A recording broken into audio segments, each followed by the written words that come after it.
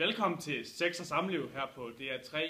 Emnet i dag er p-piller, og i den anledning har jeg inviteret overlæge fra Rigshospitalet, Nikolaj Aagaard, i studiet. Jo, tak. Det kunne være fint, hvis du ville starte med lige at fortælle kort, hvad p-piller er. Jamen p-piller, det er en pille, som kvinder de kan tage en gang om dagen for at undgå at blive gravide. Så rigtig mange par de bruger dem i deres forhold for at have et tilfredsstillende sexliv. Okay, vi har i dag nogle spørgsmål fra seerne, og vi vil gerne have det første spørgsmål igennem. Ja, hej. Jeg hedder så Karsten, og min datter hun er begyndt at spørge ind til sex, og ja, hun har fået en kæreste, og så hun vil gerne høre, om hun kan komme på p-piller. Og inden jeg begynder at give hende sådan noget, så vil jeg gerne lige vide, hvordan p-piller de påvirker kroppen. Tak for spørgsmålet, Karsten. Det er jeg helt sikker på, at overlæge Nikolaj Aagaard rigtig gerne vil svare på. Ja, og for at svare på det spørgsmål, så kunne jeg godt tænke mig at vise jer en model, for at de ligesom kan få et lidt bedre indblik i, hvordan de påvirker kroppen. Så hvis I vil komme med mig herover, så vil det være fint. Yes. For at forstå, hvordan p-piller de påvirker kroppen, så har jeg hævet den her model frem, som illustrerer, hvordan kvindens menstruationscyklus den fungerer. Og det, der er vigtigt at forstå, det er, at p-piller, det er kunstigt fremstillet hormon i form af progestagen, som så påvirker niveauet af progesteron og østrogenniveauer i kvindens blodbaner. For at forstå, hvordan de her hormoner her, de så påvirker kvindens menstruationscyklus, så er det vigtigt at forstå, at hormoner de har både positiv og negativ feedbackmekanismer på hinanden. Og det gør så, at de påvirker kvinden på forskellige måder, som så påvirker hendes evne til at blive gravid. Og det vi kan se, det er, at mens folliklen den vokser, som er kvindens æg, så stiger kvindens niveau af østrogen i kroppen. Østrogen har så en positiv feedbackmekanisme på LH, og som vi kan se her, så topper produktionen af LH lige præcis i takt med, at ægløsningen finder sted. Så det er altså LH, som forårsager ægløsningen. Det, der så sker, når vi tager p-pillen, det er, at den ved hjælp af progestagen forøger niveauet af progesteron i kvindens blodbane. Og progesteron har så en negativ feedbackmekanisme på LH, og det vil så sige, at LH-hormonet her, det bliver slet ikke produceret i lige så store mængder, fordi mængden af progesteron er større i blodbanen. Det gør så, at kvinden ikke kan få ægløsning, hvilket mere eller mindre gør det umuligt for kvinden at blive gravid. Samtidig så gør de kunstigt høje niveauer af hormoner i kvindens blodbane også, at livmoderslimhinden, den bliver meget, meget tykkere. Og når livmoderslimhinden den bliver tyk, så skaber det ligesom en slags prop i kvindens skede, som gør det utrolig svært for sædcellerne at trænge op i livmoderen og befrugte ægget. Og en anden ting, der er utrolig vigtigt, når vi snakker om, hvordan p-piller påvirker kroppen, det er at huske på, at de her kunstigt høje mængde hormoner i kvindens blodbaner, det altså afviger fra homeostasen. Kroppens hormonbalance er altså ikke, hvor den naturligt vil ligge, og det kan selvfølgelig give en række problemer og en række bivirkninger, hvis ikke man forstår at bruge pillerne rigtigt. Og de ting, de kan jo inkludere humørsvingninger grundet afvigelse fra homeostasen. Det kan give blodpropper, forhøjet blodtryk og andre problemer. Og til sidst, så kan det faktisk ske så voldsomt, at hvis kvinden formår at bruge p-pillerne forkert, og altså dermed afviger utrolig meget fra homeostasen i en rigtig lang periode, så kan kroppen have svært ved at få genoprettet homeostasen. Og det kan faktisk gøre, at kvinden, selvom hun er stoppet med at tage p-piller, kan få rigtig store problemer med at blive gravid.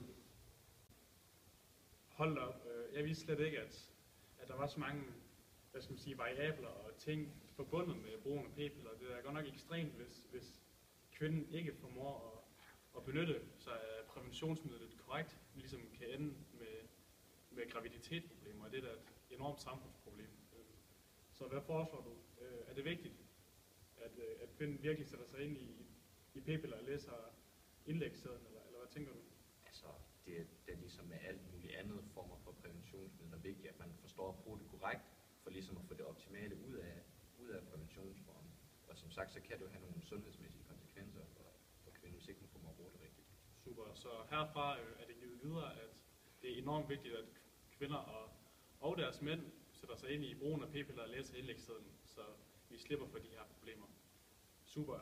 Jeg kan så se, at vi har et andet spørgsmål på vej. Det kommer fra Hans i Hirtshals. Ja, goddag, jeg hedder Hans. Jeg kommer fra Hirtshals. Jeg skal lige høre den Bette Fugl synge om noget østrogen i drikkevand. Jeg skal lige høre, om det er farligt. Jo, jeg vil starte med at sige tak for de spørgsmål, Hans. Og du har fat i noget af det helt rigtige. Fordi det p-piller som sagt gjorde, det var, at de gav en øget koncentration af hormon i kvindens blodbaner. Og noget af det her hormon her, det vil så naturligvis blive udskilt i kvindens tis. Og noget af det tis, det kommer så uundgåeligt i kontakt med vores grundvand. Og på nuværende tidspunkt, der er det faktisk ikke muligt for os på rensningsanlæg 100% at fjerne nogle af de her kunstige hormoner her, som så ophober sig i vores drikkevand. Og det betyder jo så, at vi på længere sigt kommer til at være en større koncentration af hormon i vores drikkevand. Og forøget mængder østrogen i vores drikkevand, det forbindes faktisk hos mænd med øget forekomst af testikelkræft, og så også faldende sædkvalitet, som jo selvfølgelig i sig selv er et problem. Men der, hvor det specielt er interessant, det er i forhold til menneskets kønsdifferentiering. Fordi det, der sker, det er, at i 10. uge til 34. uge af menneskefosters udvikling, der er det særligt følsomt over for hormonel påvirkning. Og det, der sker ved drengebørn, det er, at de danner helt naturligt noget, som der kaldes for androgener, når de kommer i kontakt med østrogen.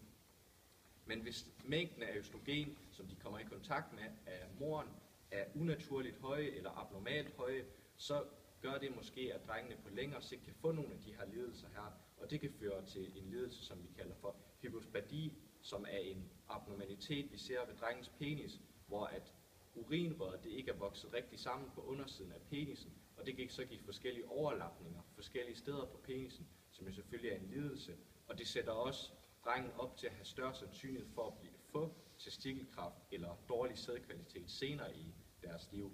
Men for dig som mand på nuværende tidspunkt, så er det måske ikke noget, du skal bekymre dig alt for meget om, og jeg ser det som værende mere kritisk, hvis du stopper med at drikke vand, end de her øgede hormonproduktion, den vil være for dig. Super, tak. Og nu til dagens sidste spørgsmål. Hej, jeg hedder Mathias. Jeg har haft en kæreste i et stykke tid, og vi er egentlig begyndt at tale om at gå lidt væk fra kondomet og investere i p-piller i stedet for. Derfor kunne jeg godt tænke mig at høre, om der er stor forskel på de forskellige typer p-piller, fordi vi har selvfølgelig tænkt os at købe de billigste. Det er jo ikke alverdens penge, vi har på SU. Jo, hej Mathias, og mange tak for de spørgsmål. Nu har vi jo allerede kort snakket om nogle af de ulemper, som der kunne være ved de p-piller der. Men for lige kort at opsummere dem igen, så var det øget risiko for blodpropper, større sandsynlighed for forhøjet blodtryk, præventionsform beskytter ikke imod sexsygdomme, og så kan man også få kvalme og meget store hormonsvingninger. Men det man også skal huske på, det er altså, at præventionsformen er en af de mest populære og en af de mest effektive, så der er selvfølgelig også en lang række fordele ved det. Det er en meget, meget simpel og sikker måde at beskytte sig selv imod at blive gravid på, og det er jo også derfor, at den er så populær blandt rigtig, rigtig mange. Man behøves ikke nogen som helst udstyr udenfor for at undgå at blive gravid. Men i forhold til dine spørgsmål omkring, om der er forskel på de forskellige typer p-piller, så synes jeg personligt, at det er værd at huske på, at Danmark fungerer som et testland for forskellige typer p-piller. Så hvis ikke du er interesseret i at tage del i det, så synes jeg ikke, du skal købe de billigste, fordi så er der stor risiko for, at din kæreste kommer til at blive udsat som testperson. Og højst sandsynligt kan du også risikere, at der er nogle mere kraftige bivirkninger ved at købe de billigste p-piller. Så min umiddelbare anbefaling vil altså være at lade være med at købe de billigste p-piller, og måske købe nogle, der er lidt dyrere, fordi det er trods alt dit helbred, det er trods alt din kærestes sundhed og hormonproduktion, vi snakker om.